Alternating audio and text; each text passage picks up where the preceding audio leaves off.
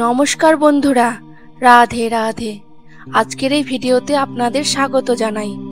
আজ আমরা এমন একটি গোপন আধ্যাত্মিক ও শাস্ত্রীয় বিষয় নিয়ে আলোচনা করব, যা প্রতিটি গৃহবধূ, প্রতিটি নারী এবং সংসারধারিণী মেয়ের জানা অত্যন্ত জরুরি।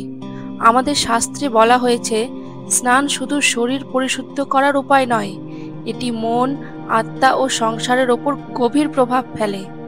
কিন্তু সাবধান, বিশেষ করে প্রতিদিন যদি কোনো নারী সকাল 6টা থেকে 10টার মধ্যে স্নান করেন, তাহলে শাস্ত্রমতে এর ভীষণ অশুভ প্রভাব পড়ে।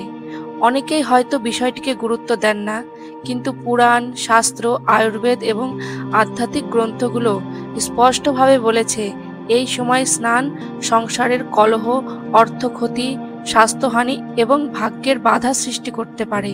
তো বন্ধুরা, আজ আমরা জানবো ভোরবেলা স্নানের আসল মাহাত্ম্য কি, কেন সকাল 6টার আগে স্নান করা শুভ বলে ধরা হয়, সকাল 6টা থেকে 10টার মধ্যে স্নান করলে নারীর জীবনে অশুভ প্রভাব পড়ে কেন। সুতরাং বন্ধুরা, ভিডিওটি শেষ পর্যন্ত দেখুন, কারণ এই ভিডিও আপনার জীবন দর্শন বদলে দিতে পারে। আমাদের হিন্দু শাস্ত্রে বলা হয়েছে যে প্রতিদিন স্নান মানে শুধু দেহের ময়লা দূর করে ফেলা নয়, বরং এক প্রকার তপস্যা। ভোরের স্নানকে ব্রহ্ম মুহূর্ত স্নান বলা হয়। এই সময় দেবতারা আশীর্বাদ করেন এবং শরীর, মন, আত্মা তিনটি পবিত্র হয়।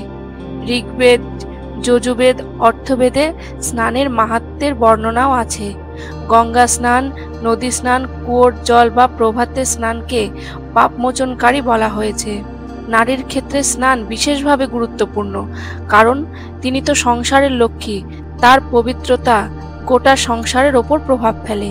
সূর্যোদয়ের আগে বা সূর্যোদয়ের সঙ্গে স্নান করলে শরীর ও মন সতেজ হয়। এই সময় শরীরের বায়ু, পিত্ত, কফ দোষ সমান থাকে, তাই স্নান করলে রোগ প্রতিরোধ ক্ষমতা বৃদ্ধি পায়। শাস্ত্রে বলা হয়, প্রাতে স্নানং পবিত্রং দিবা স্নানং পাপকারণম, অর্থাৎ সকালে স্নান পবিত্র করে, দিনে দেরিতে স্নান পাপের কারণ হয়ে দাঁড়ায়। সকাল 6টার মধ্যে স্নান করা মানে সূর্যের প্রথম রশ্মি নিজের শরীরে ধারণ করা, যা সৌভাগ্য বৃদ্ধি করে। তো চলুন বন্ধুরা, এখন আপনাদের বলবো সকাল 6টা থেকে 10টার মধ্যে স্নান করলে কি কি অশুভ ফল হয়। এই সময় দেবতাদের পুজোর সময় শেষ হয়ে যায়, ফলে দেবকৃপা পাওয়া যায় না। শরীর অলস হয়ে পড়ে, ফলে মানসিক স্থিরতা নষ্ট হয়ে যায়। বাড়ির স্ত্রীরা যদি নিয়মিত দেরিতে স্নান করে, সকালে কলহ, ঝগড়া, মনোমালিন্য বাড়ে, স্বামী স্ত্রীর মধ্যে সম্পর্ক দুর্বল হয়ে যায়।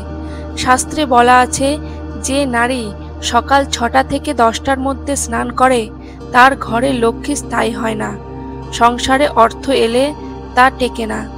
আয়ুর্বেদ মতে সকাল 6টার পর শরীরে কফদোষ বেড়ে যায়। এ সময় স্নান করলে ঠান্ডা, কাশি, জ্বর, ত্বকের সমস্যা হয়। নারীর ক্ষেত্রে বিশেষত হরমোনের ভারসাম্য নষ্ট হয়ে যায়, জীবনে উন্নতি আটকে যায়। যত পরিশ্রমী করুন না কেন, সফলতা সহজে আসে না। তাই বলছি বন্ধুরা, সকাল 6টার আগে স্নান করুন এবং বিশেষ করে বাড়ির মহিলারা 6টার আগে স্নান সেরে নিন। এখন আপনারা অনেকেই বলতে পারেন, কেন নারীর জন্য এই নিয়ম, পুরুষদের জন্য কেন এই নিয়ম নয়?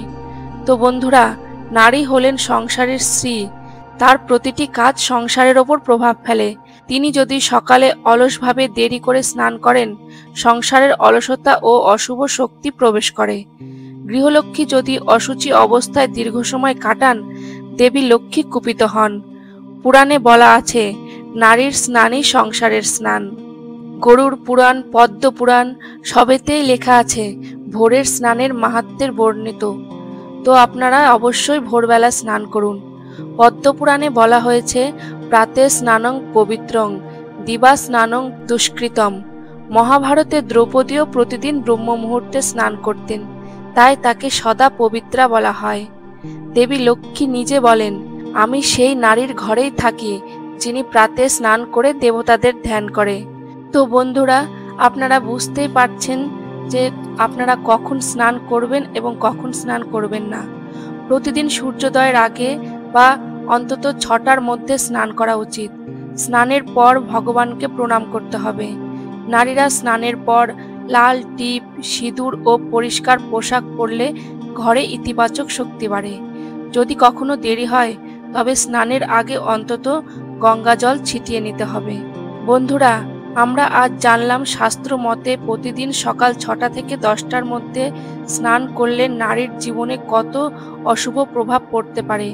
স্নান শুধু শরীর ধোয়ার জন্য নয়, এটি জীবনের শুদ্ধিকরণ প্রক্রিয়া। তাই ভোরে স্নান করা প্রত্যেক নারীরই কর্তব্য। আপনি যদি চান আপনার সংসারের সুখ, শান্তি, স্বাস্থ্য, সমৃদ্ধি ও লক্ষ্মীর কৃপা বজায় থাকুক, তবে অবশ্যই এই নিয়ম মেনে চলুন।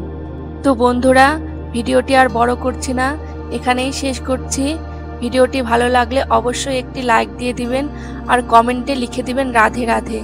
আর আপনার পরিবার পরিজনদের সঙ্গে ভিডিওটি অবশ্যই শেয়ার করে দিবেন এবং আমার এই চ্যানেলটিকে অবশ্যই সাবস্ক্রাইব করে দিবেন। তো আজকের ভিডিওটা এখানেই শেষ করছি।